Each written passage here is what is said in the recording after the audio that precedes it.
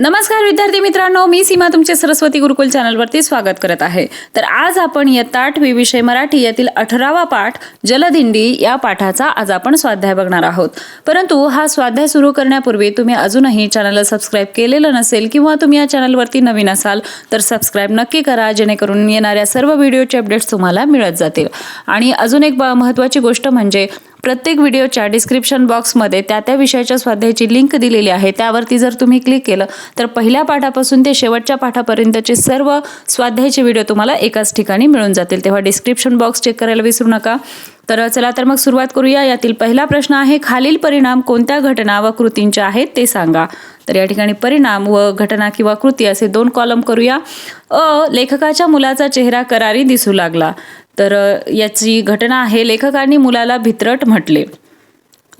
नदीचं सौंदर्य आणि पाण्याचं पावित्र्य काळवंडलं होतं।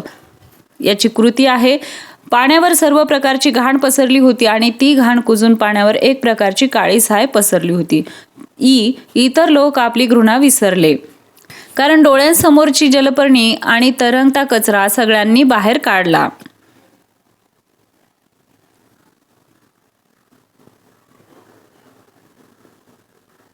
दुसरा प्रश्न आहे, खालील आकृती पूर्ण करा। यामध्ये पाण्यातील प्रदूषित घटक कोणकोणते आहेत ते सांगायचे आहेत। प्लास्टिकच्या पिशव्या, वाढलेली जलपर्णी, काळे पडलेले खडक, दलदल झालेली काठावरची माती। तर अशा प्रकारचे हे घटक आपल्याला सांगता येतील।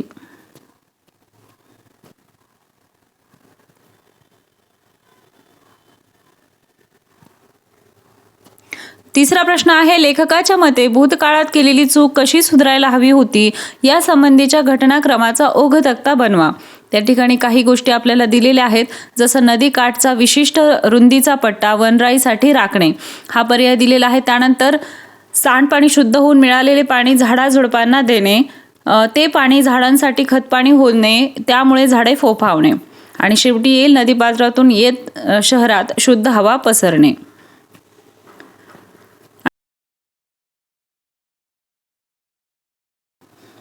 चौथा प्रश्न आहे, पालखी सोहळा या शब्दातील अक्षरांपासून पालखी व सोहळा हे शब्द सोडून 4 अर्थपूर्ण शब्द तयार करायचे आहेत। तर पालखी सोहळा या शब्दापासून तयार झालेले शब्द खिळा, सोळा, पाल, लळा, आणि यापेक्षा वेगळे तुम्हाला जर बनवता येत असतील तर तेही तुम्ही लिहिले तरीही चालतील। पाचवा प्रश्न आहे, स्वमत लिहा। त्यामध्ये नदीचे पाणी प्रदूषित होण्यास कारणीभूत असलेल्या मानवी कृती लिहा। याचं उत्तर, माणसे नदीत आंघोळ करतात, तिथेच कपडे, भांडी धुतात, गुरे धुतात, शिवाय नदीतच केरकचरा, टाकाऊ वस्तू टाकतात, मलमूत्र विसर्जन करतात, उद्योगातले सांडपाणी, रसायनयुक्त सांडपाणी नदीत सोडून देतात, देवपूजेचे निर्माल्य, मृत माणसांच्या अस्थी नदीत सोडल्या जातात। या सर्व कृतीमुळे नदीचे पाणी मोठ्या प्रमाणात प्रदूषित झाले आहे। पोहायला येत असूनही लेखकाच्या मुलाला पाण्यात पडण्याची भीती वाटली, याचे तुम्हाला समजलेले कारण स्पष्ट करा। याचं उत्तर, मोठ्या हौसेने लेखकांनी आपल्या मुलाला नौका शिकवायला नेले, तेव्हा होडी हेलकावू लागली, तेव्हा आपण पाण्यात पडू की काय असे त्या मुलाला वाटू लागले। तो मुलगा घाबरला। लेखकांना वाटले की तो बुडण्याला घाबरत होता, खरे तर मुलगा पट्टीचा पोहणारा होता। मात्र या नदीचे पाणी प्रचंड घाण झालेले होते। येथे नाना तऱ्हेचा केरकचरा, सांडपाणी, मलमूत्र, टाकाऊ वस्तू जमा झालेल्या होत्या। अशा पाण्यात कोणालाही उतरण्याची किळस आली असती, तेच त्या मुलाला वाटले।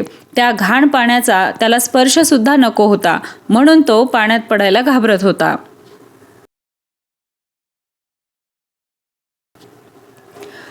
जलदिंडीमध्ये सहभागी झाल्यास तुम्ही कोणती कामे आवडीने कराल ते लिहा।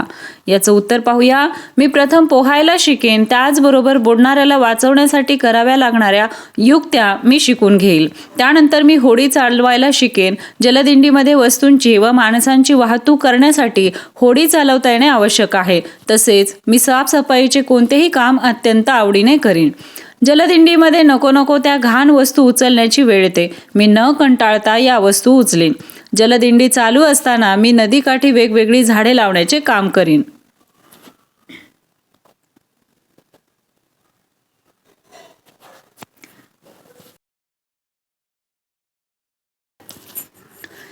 स्वतःचे हात वापरा की कचरा काढायला। लेखकाच्या आईच्या या उपदेशातून तुम्ही काय शिकाल? सोदाहरण लिहा. याचं उत्तर, दुसऱ्यांना उपदेश करून सांगितलेली कामे कधीच पार पडत नाहीत. मात्र शाळेत काही कार्यक्रम असेल तेव्हा आमचे चव्हाण सर कोणाला काहीही सांगत नाहीत. तेच सतरंजीचे एक टोक उचलतात आणि पसरायला सुरुवात करतात. मग काय, सर्व मुले धावतात. मग ते 4-5 मुलांना सतरंजी पसरण्याचे काम वाटून देतात. टेबल खुर्ची पुसायची असेल तर फडका घेतात आणि सुरुवात करतात. अशा प्रकारे चव्हाण सर न बोलता काम करून घेतात. म्हणूनच लेखकांच्या आईचा उपदेश मला खूप पटतो. बोलण्यापेक्षा कृतीचा प्रभाव जास्त पडतो, हेच खरे. आता खेळूया शब्दांशी या शीर्षकाखाली आपल्याला काही प्रश्न दिलेले आहेत ते पाहूया. खालील वाक्यातील काळ ओळखा. त्यामध्ये जलपर्णी काढण्याचे काम सुरू होईल. तर या वाक्यातील काळ आहे भविष्यकाळ. मदतीचा हात लगेच पुढे आला. तर या वाक्यातील काळ आहे भूतकाळ. त्यांनी मुलाला नौका शिकवण्याचे ठरवले होते.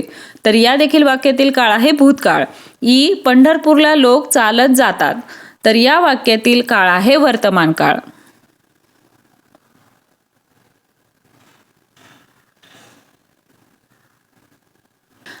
खालील वाक्यांचा प्रकार ओळखा.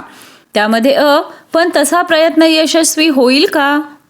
तर या वाक्यामध्ये आपल्याला प्रश्नार्थक चिन्ह दिलेलं आहे. हे वाक्य कोणते आहे? प्रश्नार्थी वाक्य. पण एवढं मोठं कार्य, या ठिकाणी उद्गारवाचक चिन्ह दिलेलं आहे म्हणून उद्गारार्थी वाक्य. त्यांना थकवा जाणवत नव्हता. तर हे आहे विधानार्थी वाक्य. आणि कचरा काढायला स्वतःचेच हात वापरा. तर हे आहे आज्ञार्थी वाक्य. आलं लक्षात?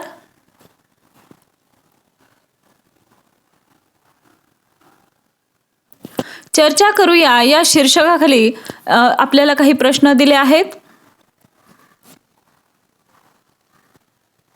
वर्गातील मित्रमैत्रिणींशी चर्चा करून वापरा आणि फेका म्हणजेच यूज अँड थ्रो या संस्कृतीत मोडणाऱ्या वस्तूंची यादी करा. प्रदूषण टाळण्यासाठी या वस्तूंची विल्हेवाट कशी लावावी याबद्दल तुमचे मत वर्गात सांगा. आता या वस्तूंची यादी करायला गेलं तर खूप मोठी यादी होईल. या ठिकाणी काही गोष्टी मी दिलेल्या आहेत, जसं प्लास्टिकच्या पिशव्या, कप, ग्लास, पत्रावळ्या, द्रोण, बाटल्या इत्यादी. यामध्ये अजून गोष्टी तुम्ही ऍड करू शकता. आता प्रदूषण टाळण्यासाठी वस्तूची विल्हेवाट लावण्याचे उपाय कोणकोणते आहेत ते पाहूया. 1. कमी वापर आणि पुनर्वापराचे धोरण. 2. जुने मोबाईल, संगणकाचे भाग आणि अन्य इलेक्ट्रॉनिक वेस्टचा योग्य पुनर्वापर. 3. प्लास्टिक, कागद, काच आणि धातू अशा वस्तू रिसायकल करता येतात. 4. घरातील उरलेलं अन्न, फळांची साल आणि अन्य जैविक कचरा वापरून कंपोस्ट तयार करता येतो. 5. काही वस्तू, प्लास्टिकच्या बाटल्या, जुन्या कागदाचे तुकडे, काचांच्या वस्तू यांचा पुनर्वापर करता येतो. 6. ओला कचरा आणि सुका कचरा वेगळा केल्यामुळे कचऱ्याचे व्यवस्थापन सोपे होते. तर या गोष्टींची काळजी घेतली तर आपल्याला नक्कीच मदत होते. पुढचा आहे प्लास्टिक बंदीच्या निर्णयामागील कारणांची चर्चा करा. या निर्णयाची अंमलबजावणी यशस्वी व्हावी म्हणून तुम्ही काय कराल ते वर्गात सांगा. तर आता सुरुवातीला आपण प्लास्टिक बंदीच्या निर्णयामागील कारणे जाणून घेऊया काय काय आहेत ते. 1. टाकाऊ प्लास्टिक पिशव्यांमुळे जमीन आणि पाणी मोठ्या प्रमाणात प्रदूषित होत आहे. 2. प्लास्टिक पिशव्या पृथ्वीवर तसेच पाण्यात राहणाऱ्या प्राण्यांच्या जीवाला धोका बनल्या आहेत. 3. टाकाऊ प्लास्टिक पिशव्यांपासून सोडलेली रसायने जमिनीत शिरून ती नापीक बनवतात. 4. प्लास्टिक पिशव्यांचा मानवी आरोग्यावर विपरीत परिणाम होत आहे.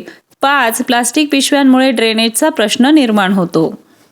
तर या सर्व कारणांमुळे प्लास्टिक बंदी केलेली आहे. यामध्ये अजूनही बरीचशी कारणे येतात, पण या ठिकाणी आपल्याला 5 पुरेसे आहेत.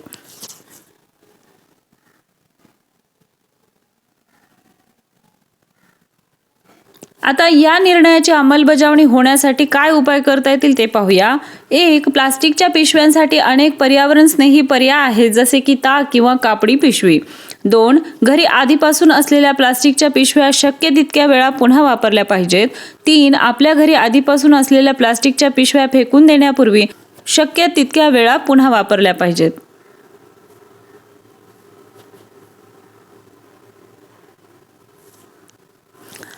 आता आपण समजून घेऊया, या शीर्षकाखाली आपल्याला व्याकरणाचा काही भाग दिलेला आहे, त्यामध्ये समास दिलेला आहे. तर अव्ययी भाव समास आणि तत्पुरुष समास आपण चोच आणि चारा या पाठाच्या खाली बघितलेला आहे. तर आज तिसरा समास पाहूया, द्वंद्व समास. यामध्ये काय दिलेला आहे, खालील सामासिक शब्दांचा विग्रह करा. त्यामध्ये एक भाजीपाला, यामध्ये भाजी पाला वगैरे असा याचा विग्रह करता येईल.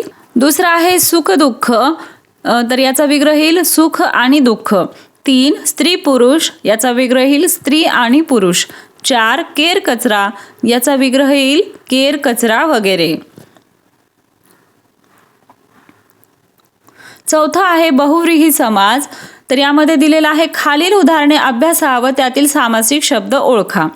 तर चंद्र तारे अनंत आकाशात उगवतात. तर यातील सामासिक शब्द आहे अनंत.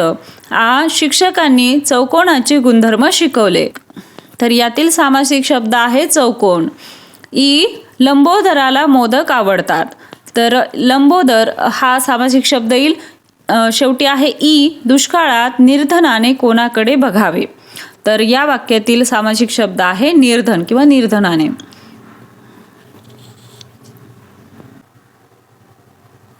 खालील सामासिक शब्दांचा विग्रह करा. त्यामध्ये 1 नीरस, नाही ज्यात उरला रस ते.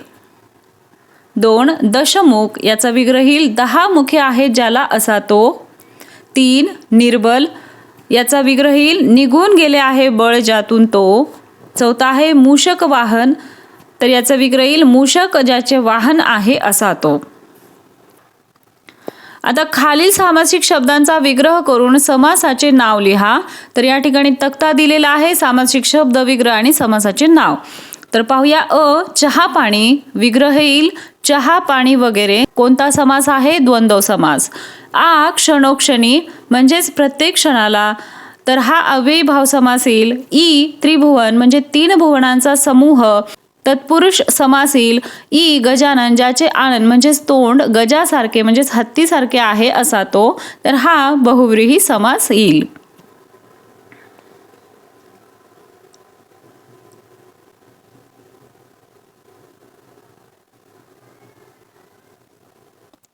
आता या ठिकाणी वाचा आणि समजून घ्या. या शीर्षकाखाली आपल्याला एक संवाद दिलेला आहे. तो संवाद तुम्हाला छान प्रकारे शांत डोक्याने समजून घेऊन वाचायचा आहे. यामध्ये काय दिलेलं आहे, कशा प्रकारे दोघांमध्ये संवाद होत आहे, या गोष्टी लक्षात घ्यायच्या आहेत. फक्त या ठिकाणी वाचण्याचा भाग आहे, लिहिण्याचा कोणताही भाग नाहीये. आलं लक्षात? आशा आहे तुम्हाला सर्व प्रश्नांची उत्तरे समजली असतील. हा व्हिडिओ तुम्हाला कसा वाटला ते कमेंट करून नक्की सांगा. व्हिडिओ आवडला असेल तर व्हिडिओला लाईक करा, तुमच्या मित्रांना हा व्हिडिओ शेअर करा आणि सर्वात महत्त्वाचं म्हणजे चॅनलला सबस्क्राईब करा. आपल्या चॅनलवरती सर्व विषयांच्या स्वाध्यायाचे व्हिडिओ अपलोड झालेले आहेत. त्याचबरोबर विविध विषयांची भाषणे, निबंध लेखन, पत्रलेखन, आर्ट अँड क्राफ्ट या सर्वांचे व्हिडिओ चॅनलवरती अवेलेबल आहेत. तेही तुम्ही नक्की चेक करा, तुम्हाला ते नक्कीच आवडतील. तर भेटूया अशाच एका नवीन व्हिडिओमध्ये. तोपर्यंत धन्यवाद.